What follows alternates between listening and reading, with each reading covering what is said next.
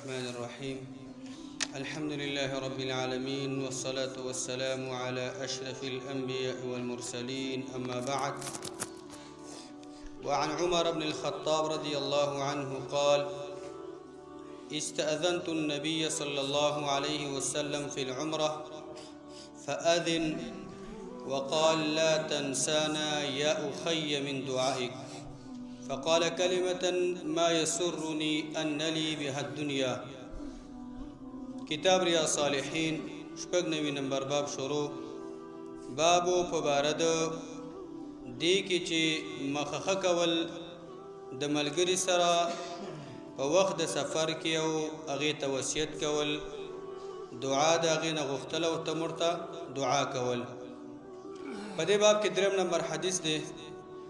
عمر بن الخطاب رضی الله عنه روایت ته داوی: استأذنت النبي صلى الله عليه وسلم في العمرة.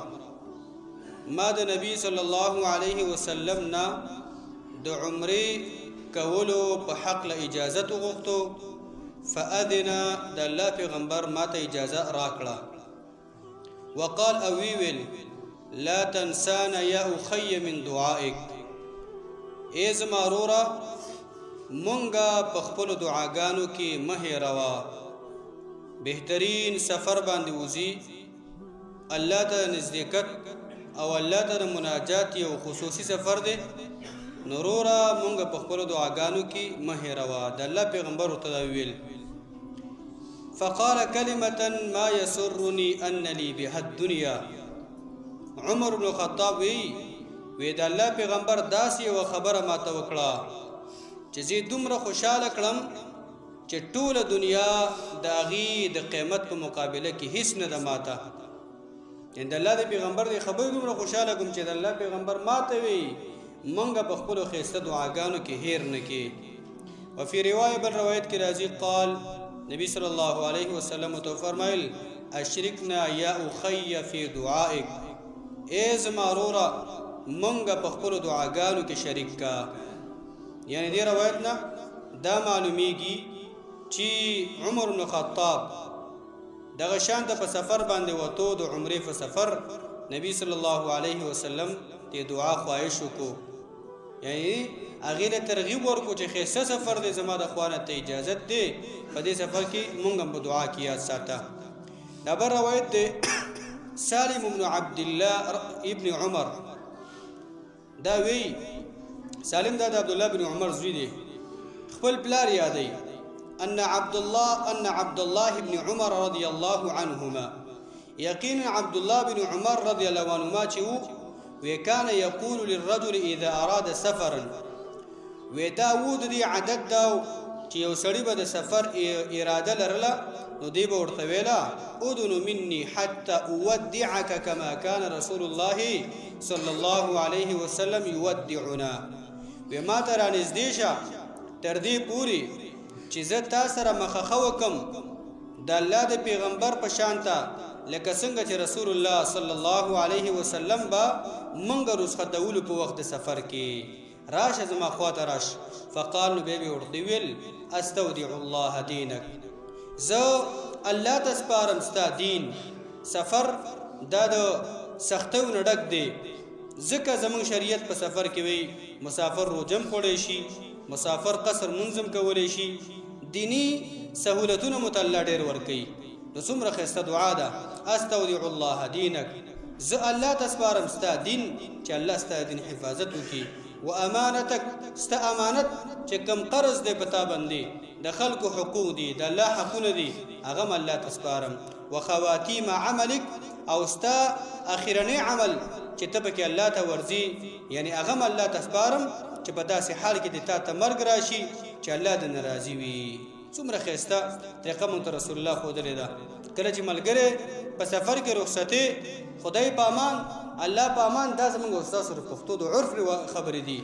اما هغه خبره کول پکار دي: استودع الله دینک و امانتک و خواتیم عملک.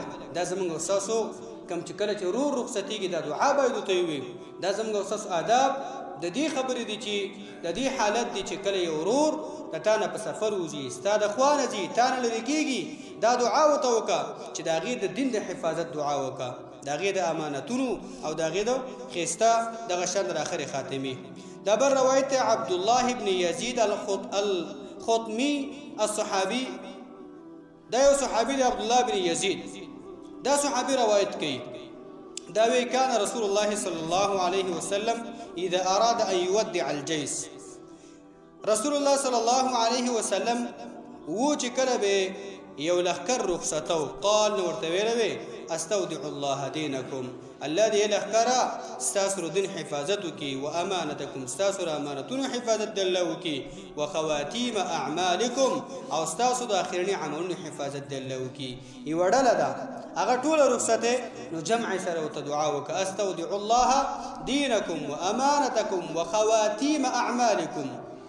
خواتیم اعمالکم دا بل روایت انس بن مالک رضی الله عنه روایت کوي دا وی جاء رجل النبي صلى الله عليه وسلم یو سړی نبی صلی الله علیه وسلم ته راغی فقال ویل یا رسول الله ای د الله پیغمبره انی اريد سفرا فزودني ای د الله پیغمبره زه د سفر کولو اراده لرم ما ته یو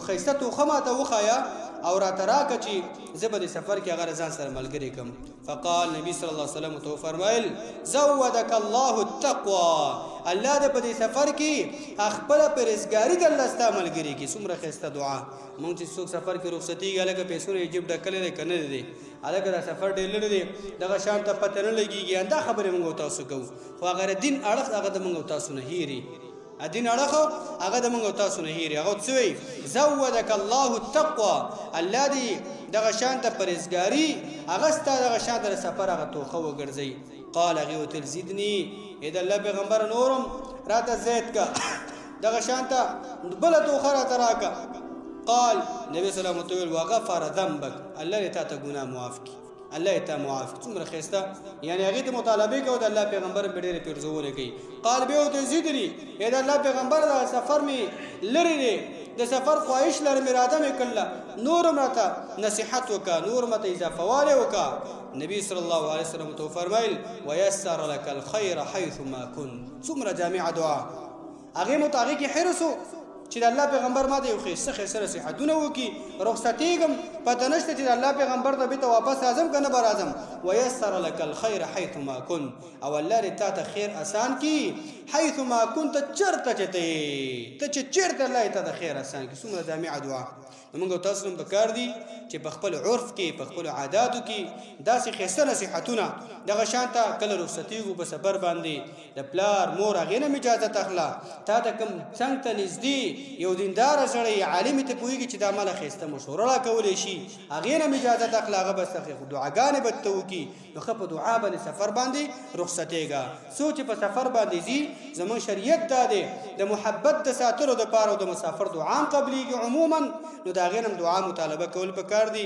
چې موږ ته هم دعا کوه حج ته روانې جهاد ته روانې عمرې ته روانې موږ هم دغه شان ته په دعاګانو کې دا یاد ساته الله دې په دې خبرو مو تاسو عمل کولو توفیق راکړي زموږ او ستاسو اخرې خاتمې الله په ایمان او توحید کې وصلی الله علی نبینا محمد